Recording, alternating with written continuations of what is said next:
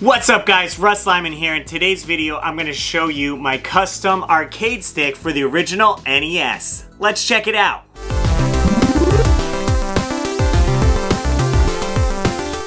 So this is a project that I made a few years back, so unfortunately I don't have any build footage, but I thought it'd still be great if I could walk through some of the steps that I did to make this.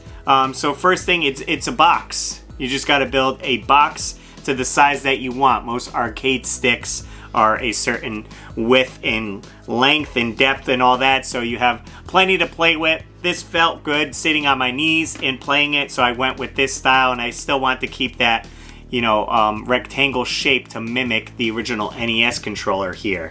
There's the original NES, and as you can see, the layout very similar. I went with red buttons for the B and A. I had also added some turbo buttons.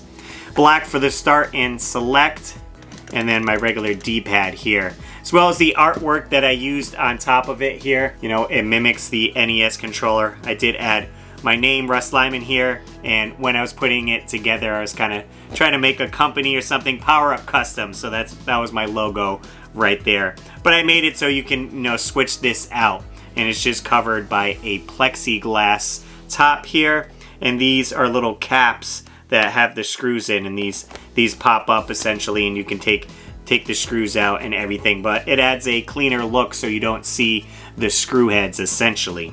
And then everything is on a hinge system that I use with magnets, so you pull up a little bit on the joystick here, and then the whole thing opens up. And you can see right up top here, I have 4 magnets that I glued in, and then on the bottom, the adjoining magnets here, and I just drilled some holes and recessed them in and used a little bit of super glue, so when you're closing it, it has that, and then it holds pretty good. You can definitely give it a shaking, and it's not going to come undone unless you really want it. You kind of hold down the bottom and then pop up. But here is the inner guts of the arcade stick. Basically, what's running the whole arcade stick is this here. It's an NES Max controller, and this had the turbo button function as well. I never liked this weird D-pad rocking thing. It's a little hard to get used to, and it's a little bit smaller. But this had all the buttons necessary that I needed to make the arcade stick. So I have the board itself on the bottom here, and I had just soldered wires up to the adjoining buttons. I have my B and A turbo buttons, the select here, and of course the joystick itself. And then here's the regular cord. It tucks away in here for storage, and then you can pull out as much as necessary that you need from the hole in the bottom right here. So this way you can sit on your couch and still use it. Boom.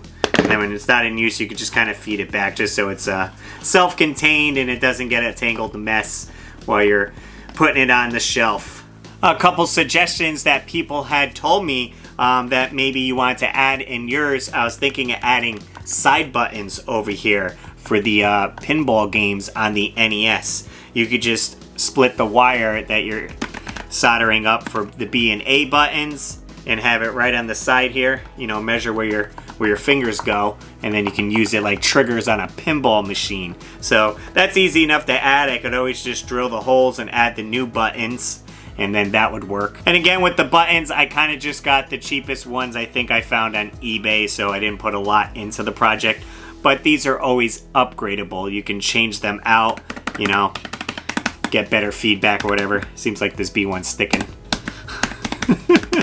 But overall, it's pretty neat. This way you kind of get that arcade experience playing some of the games. You almost gotta relearn how to play the games using an arcade stick, because you're so used to, you know, holding the D-pad, playing Mario, and, you know, rocking back and forth. And this, you kind of have to really use your both hands on there. Definitely fun, a cool piece, you know, to display in your game room, and a fun project. You could definitely complete this in about a day.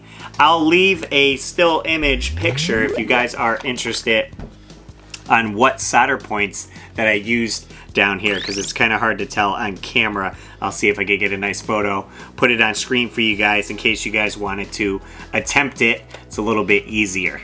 But yeah, definitely pretty interesting and a fun project. Like I said, it did it a few years back, so maybe I'll go back to it and make a Sega Genesis one. Would be pretty simple. Just opening up that controller, same concept, soldering to the board and adding your buttons, and you can make it into the shape of a giant Sega controller. I know there is the NES Advantage which came out, but I wanted to use the NES Max controller because it was smaller. The NES Advantage does have a wide board, so that'd be harder to fit into a smaller case like this here. So that was the advantage of using the NES Max controller. Well guys, if you enjoyed this video, be sure to hit the thumbs up, consider subscribing, and as always gamers, I'm RussLyman, and keep your world fun bit by bit. I'll see you next video. And I want to give a super shout out to all my Patreon supporters: Dan Buchanan, Joey Ellis, George Sandoval, Joseph Riviera, Nintendo, Joe Sheevy, David Apuzzo, Maynard, Brian Culpepper, TechWizX, Matthew Hannigan, Alex Kaz, Ayan Oshie, Amanda Bartlett, Gannon, and all my Patreon supporters. Link below if you want to join, and I'll see you later.